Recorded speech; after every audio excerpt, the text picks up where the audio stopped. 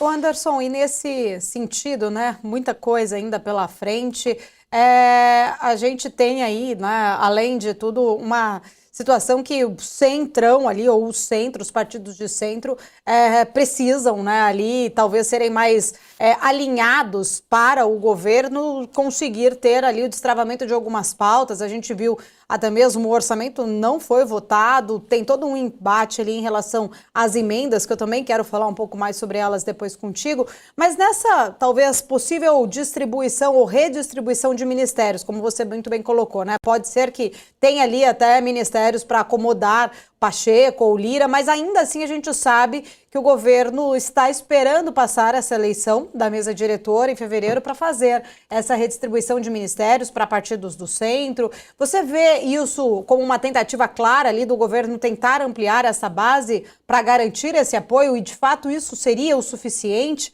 Considerando aí todas as pressões internas que a gente vê tanto também do PT, as exigências dos partidos como republicanos e PSD, até que ponto essa estratégia ela reforça ou consegue talvez dar ali um reforço para a governabilidade de Lula? Lula precisa manter a governabilidade, a reforma dos ministérios seria uma forma de se manter ali no poder.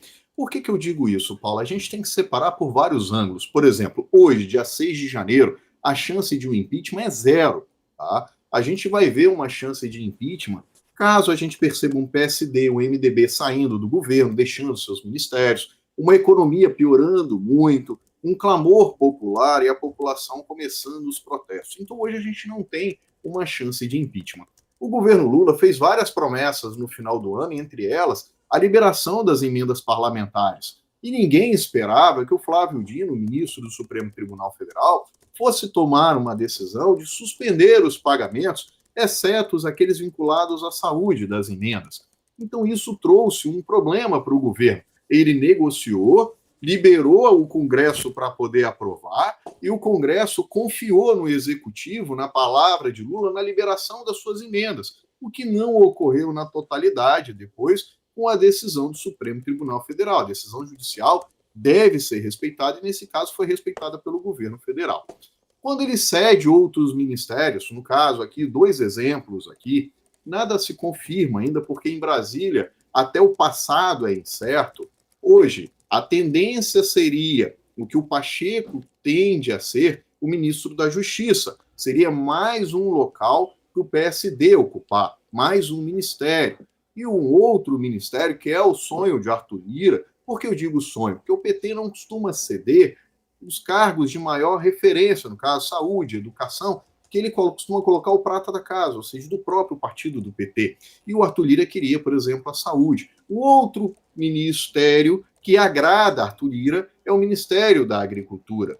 E aí você começa a mexer nesse tabuleiro. Será que ele vai ter que criar mais ministérios para colocar? Será que Haddad vai permanecer no ministério como ministro da Fazenda? Será que o Rui Costa permanece como chefe da Casa Civil? Como, por exemplo, tem um deslocamento do Fernando Haddad para a Casa Civil?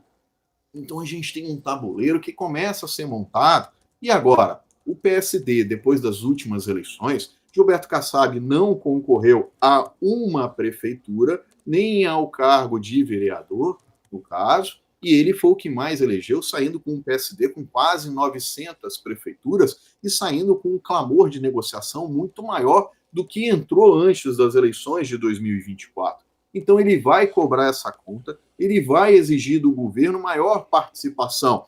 Ah, Anderson, ele faz parte do governo do Tarcísio, ele pode ser que apoie Tarcísio se ele vir para presidente da República, que até o momento Tarcísio se confirma para a reeleição do governo de São Paulo. Aí é um outro momento, aí é uma outra decisão, e aí a gente deixa para 2026, para abril. Neste momento, o que o PSD quer é ter mais poder, mais ministério, mais cargos no primeiro escalão, para poder continuar suas negociações e liberação das aprovações de projeto. Como você muito bem disse, Paula, o orçamento nem votado ainda foi.